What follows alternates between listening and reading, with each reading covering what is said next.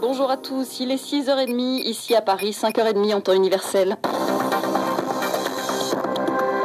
Magali Lagrange.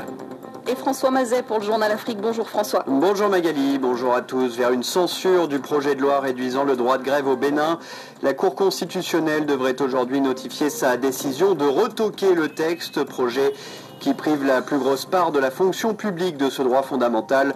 Forces de sécurité, magistrats, personnels de santé qui ont fait grève en début de semaine.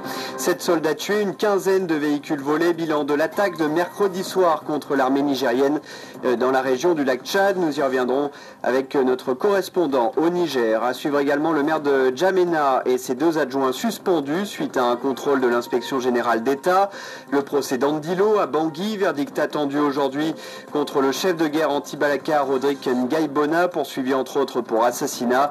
Et puis nous parlerons de sport, Magali. La Zambie domine la Côte d'Ivoire au CHAN de football et se qualifie pour les quarts de finale, tandis qu'un Rwandais fait coup double sur les routes de la tropicale Amissa Bongo au Gabon.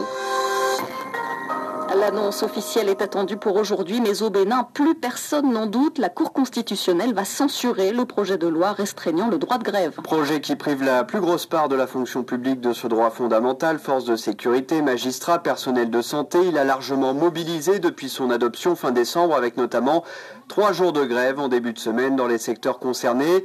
Delphine Bousquet, les juges vont demander aux députés de légiférer pour encadrer le droit de grève plutôt que de le supprimer. L'information a circulé dès hier après-midi sur les réseaux sociaux. La Cour constitutionnelle a cassé la loi supprimant le droit de grève. Elle invite les députés à l'encadrer plutôt qu'à le retirer. Bravo à la Cour qui retourne leur copie aux députés. Ce régime ne mettra pas le pays à genoux, peut-on lire par exemple sur Facebook et WhatsApp. La nouvelle a déclenché une avalanche de commentaires et de demandes de confirmation en l'absence d'annonce officielle.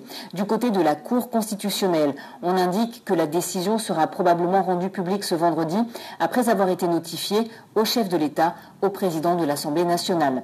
Dans l'entourage du président Patrice Talon, on ne confirme pas encore l'information, mais on rappelle que le gouvernement se conformera à la décision de la Cour. Du côté des syndicats, on parle déjà de soulagement, mais pas encore de victoire, car le combat continue. Un peu plus tôt dans la journée, avant les premières fuites, les syndicats ont décidé de reconduire la grève de 72 heures pour la semaine prochaine. Delphine Bousquet, Cotonou, RFI. Et on y reviendra avec notre invité juste après le journal, Joël Aïvo, professeur de droit constitutionnel. Le bilan de l'attaque de mercredi soir contre l'armée nigérienne dans la région du lac Tchad a été communiqué. 7 soldats nigériens ont été tués, une quinzaine de véhicules volés par les assaillants des djihadistes de Boko Haram. Attaque d'un poste militaire à Toumour, non loin de Bosso, à Niamey, Moussa Kaka. C'est la 3e fois depuis le début de la guerre contre Boko Haram que l'armée nigérienne subit de lourdes pertes dans le lac Tchad.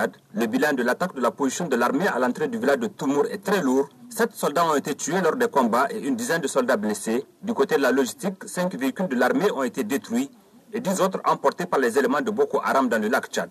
C'est à bord de plusieurs véhicules et de motos que les djihadistes de Boko Haram ont attaqué les soldats nigériens.